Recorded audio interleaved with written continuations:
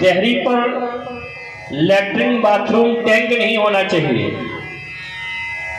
सीढ़ियों के नीचे लैट्रिन बाथरूम नहीं होनी चाहिए।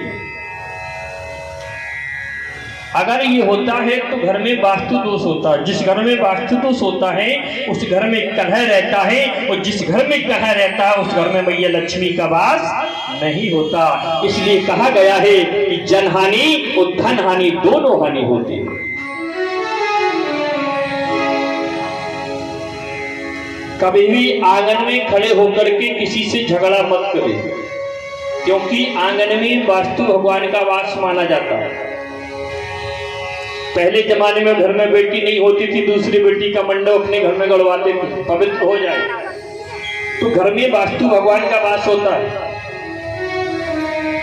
नैवेद्य कोण में इनका मुख है, ईशान कोण में पैर रहते हैं, और ये अपने मुख से सदैव कहते हैं तथास्तु।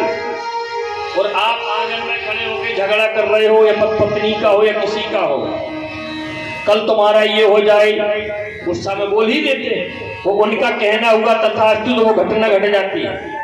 इसलिए निवेदन है आप लोगों से, कभी भी आंगन में खड़े होकर के झगड़ा, चाहे पति से हो, चाहे पत्नी से हो, चाहे पुत्र से हो या पुत्री से हो या बहू से हो, कभी भी आंगन में खड़े होकर के झगड़ा ना करें, और कमरा में जाकर खूब रोके रहो, कोई दिक्कत नहीं।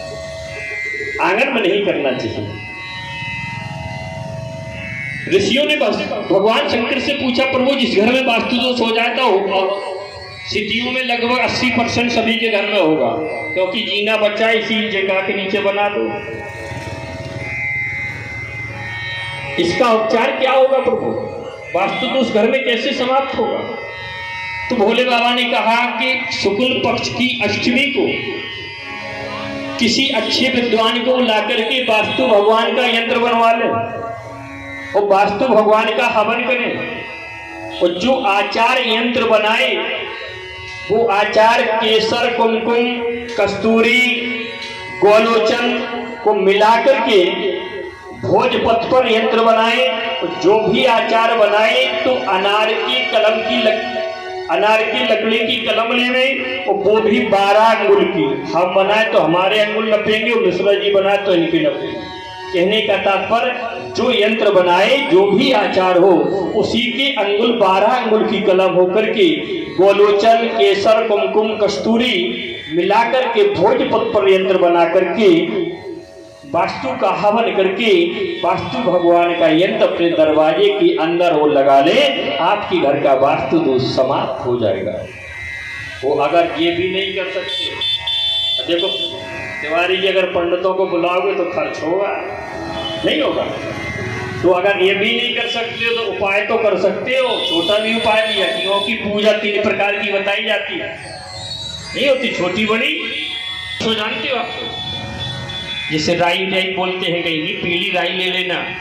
गुरुवार के दिन पीली राई को लेकर के पीले वस्त्र में बांध करके अपने मकान में चारों ओर घुमा करके दरवाजे के प्रथम दरवाजे के देहरी पर बांध देना। पीली सरसों लेकर के पीले कपड़े में बांध करके गुरुवार के दिन पूरे मकान में घुमा करके दरवाजे के प्रथम देहरी पर बांध देना। आपके घर का वास्तु दोष धीरे धीरे समाप्त हो जाएगा। जा तो कर सका तो फ्री को है, तो सुनो तुम पहली बात।